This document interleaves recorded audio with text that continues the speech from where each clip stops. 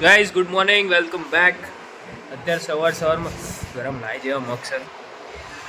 ગરમ મગ ખાઈએ, થોડીક વડી સોળી બનાવીએ અને પૂરી કરીએ. પછી આજે રોજનું જે હોય છે એવી રીતે ચાલુ કરીએ આપણે. ગાઈઝ અત્યારે મમ્મી જાય છે પગ મંત્રાવા. ગાઈઝ માસી આવ્યા હતા, માસી જાય છે ઘેર ખબર કાઢવા આવ્યા હતા. ગાઈઝ અમાર માસી આવ્યા હતા ખબર કાઢવા અને આપણે સો ગાઈસ આપણે જમી લીધું છે. એ દાળ ભાત અને હવે હોઈ જઈશું, ટોલાઈ જઈશું બધા રોતી જ્યાં અને આજે મળીએ આપણે. ગાઈસ હાલ હું હતો ઉપરના રૂમમાં, કેમ કે ઉપર આડો પડ્યો હતો થોડી વાર અને હવે જઈએ નીચે. બધું બંધ કરીને, કેમ કે નીચે શેરડીનો રસ કદાચ આવી ગયો. આ સારું અમદાવાદમાં જ વરસાદ નહીં પડતો. નકરા વાદળ એકદમ કોરા જ છે. કંઈ વરસાદ જેવું તો કંઈ લાગતું નથી. ઉપરથી તડકો આવે છે બીજું. ગાઈસ ઘર આગળ નવી લાઈટો લાગી ગઈ છે. અજવાળા બજવાળા આવી લગનમાં પણ વાંધો નહીં આવે રહ્યું. આમ બહારનું ચાલે. ગાય જતા નેહા અને બા સાક્ષા મારે છે. બહાર અંધારું છે એટલે જોએ આવું અંધારું છે અને પીછે બધું અજવારું. લોકો અંધારામાં જે આવે બાલી જીવડું બીવડું આવી જશે ને તો હમણાં એના શું મચડી નાખશો શું?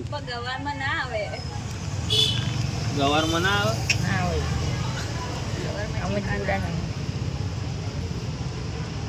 તમે તો લે પિક્ચર જોવાય ના કે કૃષ્ણ અવતારમ પોસ્ટપોન કર્યું નહીં? તમે કાલ કહેતા હતા નહીં?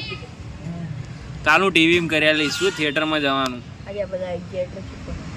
કાલે વારો. કાલે ટીવીમાં જ કરેલું. આ શું સારું 500 રૂપિયા બગાડી જવું એના કરતા નહીં.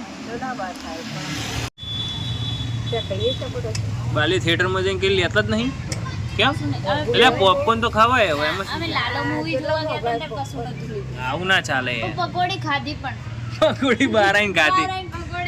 બાલી મેં તો નથી ખાધી. બાય ખાધી હતી. ચાર હતી પકોડા.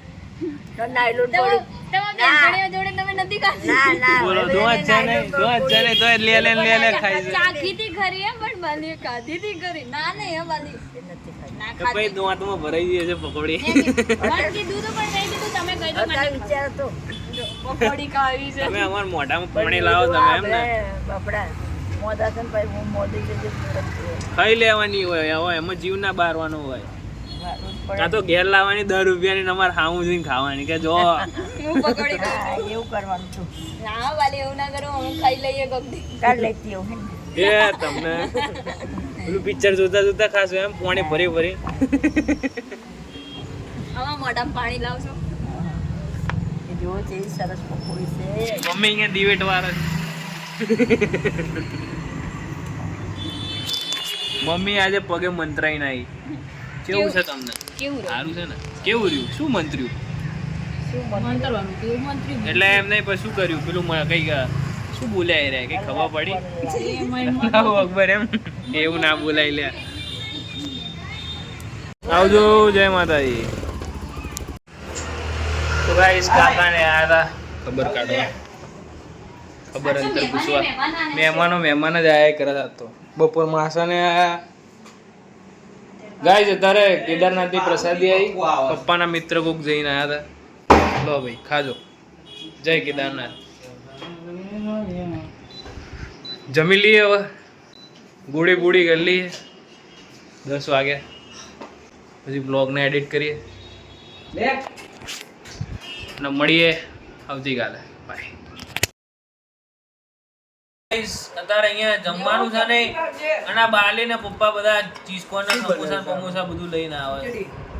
અન્યાય થઈ રહ્યો છે મારી જોડે.